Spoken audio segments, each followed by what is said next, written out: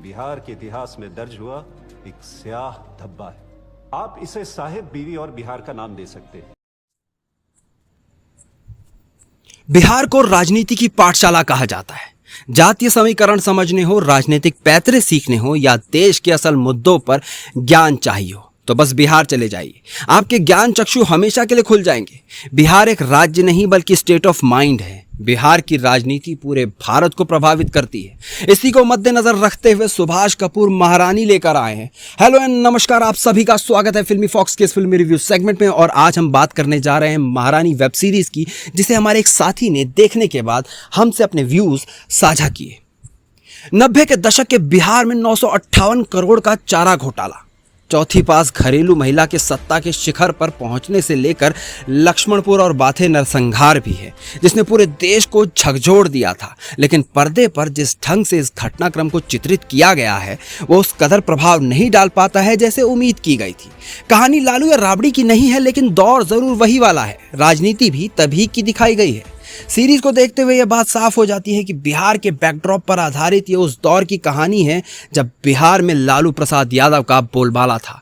उनकी पत्नी राबड़ी देवी बिहार की पहली महिला मुख्यमंत्री बनी थी। हालांकि मेकर्स ने इस बात को कहीं नहीं स्वीकारा है कि उनकी ये सीरीज राबड़ी देवी की जिंदगी पर आधारित है, और ना ही उन्होंने दावा किया है। यही वजह रही है कि कहानी में अपने मन मुताबिक और वास्तविक घटनाओं को अपने दृष्टिकोण से दर्शाने की कोशिश की गई है। मेकर्स ने तांडव विवाद से शायद सबक ले लिया है। कुछ जगह पर लगता है कि मेकर्स का बोल्ड नजरिया आता, लेकिन वो खुलकर सामने नहीं आ पाया है। तो बेहतर होगा कि इसे एक राजनीति पर आधारित शो के रूप में देखा जाए, ना कि इसके आधार पर बिहार की राजनीति के समीकरण को समझने की कोशिश की जाए। यह भी बेहतर हो जब एक असली घटना पर शो नहीं बनाना है तो ऐसे विषय चुने ही ना जाएं, क्योंकि रियलिटी का रूप बदल देने से फिर शो बेवजह कंपैरिजन में आता है। हालांकि सीरीज में सरसरी तौर पर ही सही इस बात को दिखाया है कि किस तरह से राजनीति में कुछ मठाधीश होते हैं जो पर्दे के पीछे से पूरी सत्ता को संभालते हैं। नेता, नक्सली, ढोंगी बाबा, सब कुछ उनके कंट्रोल में है। कहानी को जबरन खींचा गया है। 8 एपिसोड में कहानी को खत्म किया जा सकता था। अभिनय की बात करें तो हुमा कुरैशी को एक सशक्त किरदार निभाने का बेहतरीन मौका मिला है। उन्होंने मेहनत की है, लेकिन वो ठेठ बिहारी अंदाज में नहीं जच पाई हैं। उनके संवादों के उच्चारण में कमी रह गई है।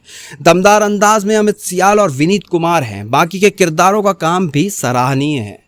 कहानी में कई सारे दमदार डायलॉग हैं और बिहार के संदर्भ में कहे जाने वाले फ्रेज भी हैं। उमाशंकर सिंह ने शो में डायलॉग लिखे हैं और उन्होंने चूंकि बिहार से हैं तो बिहार को समझते हुए अच्छे संवाद लिखे हैं।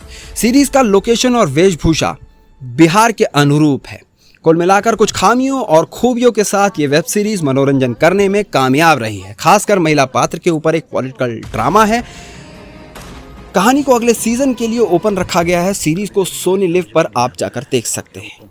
धन्यवाद। आपको ये वीडियो कैसा लगा? आप अपने सुझाव व प्रतिक्रिया कमेंट बॉक्स में भेज सकते हैं। तब तक के लिए मैं आपसे लेता हूँ इजाजत। फिल्मी फॉक्स को अपना कीमती समय देने के लिए बहुत बहुत धन्यवाद। Stay safe, stay healthy.